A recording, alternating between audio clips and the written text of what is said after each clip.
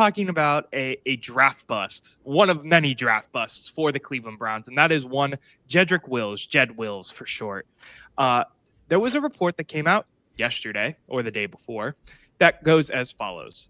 Free agent offensive tackle Jedrick Wills, who dealt with a lingering knee injury last season, is planning to sit out most or possibly all of the upcoming season to fully recover and get back to 100%.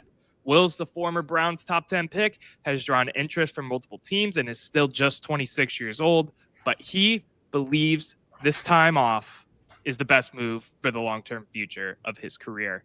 What are your reactions of that? Because I think Cleveland has a completely different reaction than some other larger media sources and sites might say. John, I asked you how you were doing, so you can hold your tongue for a minute. Erik, I'm gonna put 30 seconds on the clock. You asked me how I'm doing twice, but I'll let it slide. I was trying to get you a little more in there, talking about what you got going on in life, and you were just like, yeah, Cleveland. Anyway. I got you. I missed the cue. All right, that's on me. E, what do you think about Jed? We're starting strong, boys.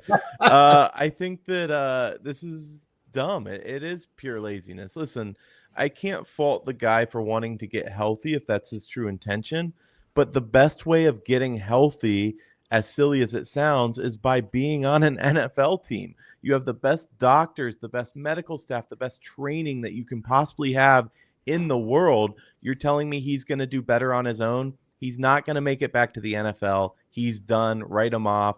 It's a waste. John, you ready, man?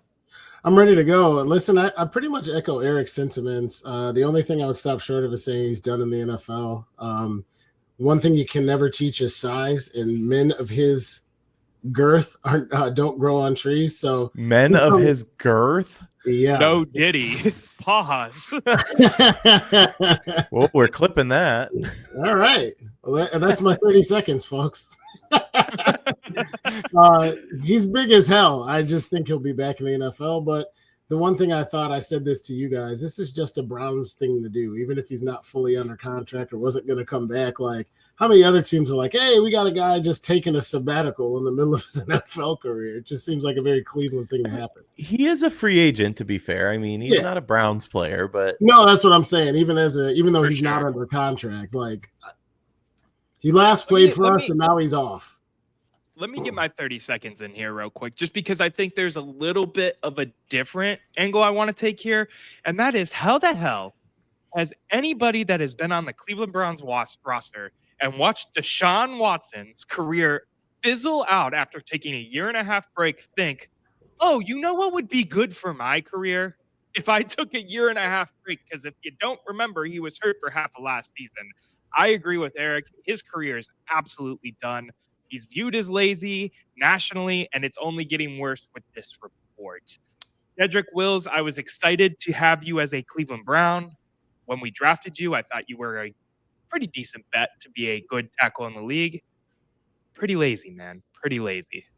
I think you hit the nail on the head, too. Taking time off, and that's what I was getting at. Coming back from that to play professional sports isn't easy.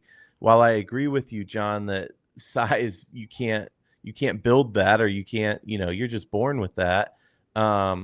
Getting those live reps and first team reps and rehabbing with a team, I think it's indispensable. And it's a long road uphill. I'm not saying he can't do it, but since we've seen his work ethic, I think it's pretty unlikely.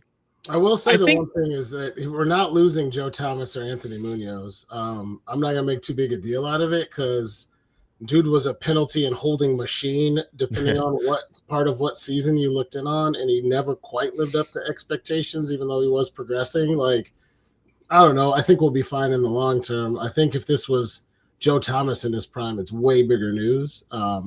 But still, I don't think he's lazy. I will disagree with that. I think he's doing what's best in his mind, best for his career and best for his body. I wouldn't fault somebody for that. I just disagree. I agree with both of you. Playing ball, staying on the team, keeping in the locker room with the fellas, probably a better move. But have you seen some of his reps, man? You don't remember some of the plays where he'd get beat around the edge and he'd just go, all right, next play, after he watches Joe Flacco or I almost said Kenny Pickett. He hasn't taken a snap for us yet. TBD coming soon. DTR, whoever, Deshaun Watson, get sacked 10 yards behind the line of scrimmage. There's a reason he has the lazy mantra about him. I just don't know if the guy likes football. And if he doesn't like football, that's okay. He made his 30-some mil being a top 10 pick, and now he can go do whatever he wants. I think he has a Twitch channel or something like that. Go play some Call of Duty. Go play some video games. Do your thing, bro. But let's be clear, though. He's got about 10 mil in the bank. I mean, you got to pay your agent. You got to pay your taxes. He doesn't have as much money as you think. If he wants money, then he should be playing football.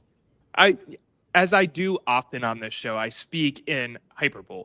Hyperbole? Is that the right word I'm looking for? Yes, yes, it is. Hyperbole. You keep saying hyperbole is the word I'm looking for, ladies John, and gents. from now on, we're just going to say, bingo, got it. Yeah, if you like it, I love it. I'm going to work on a ding. In a hyperbole, as I often do here on this show.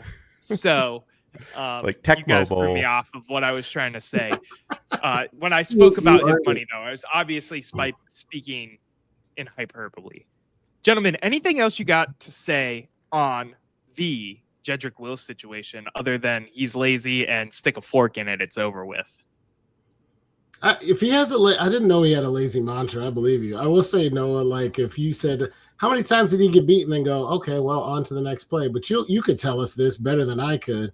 If you're an offensive lineman, once you're beat, not like halfway beat, but you could recover. Once you are beat, the only way to stop the guy is to commit a penalty. You're going to block him in the back, hold him, tackle him, trip him. There's no real way to stop a defensive end who's already beat you from getting to the quarterback. But there's effort involved here, right? You're trying to at least throw a chip to keep him going. That kind of thing is more so what I mean. You get beat off the edge, you don't even put a hand on him, and then you just kind of throw your hands up and shake your head and go, well, let me help Flacco up, or let me help DTR up. It's lazy. It's lazy O-line play, and it shows a lack of care, in my opinion. But what do I know? I was a D3 backup.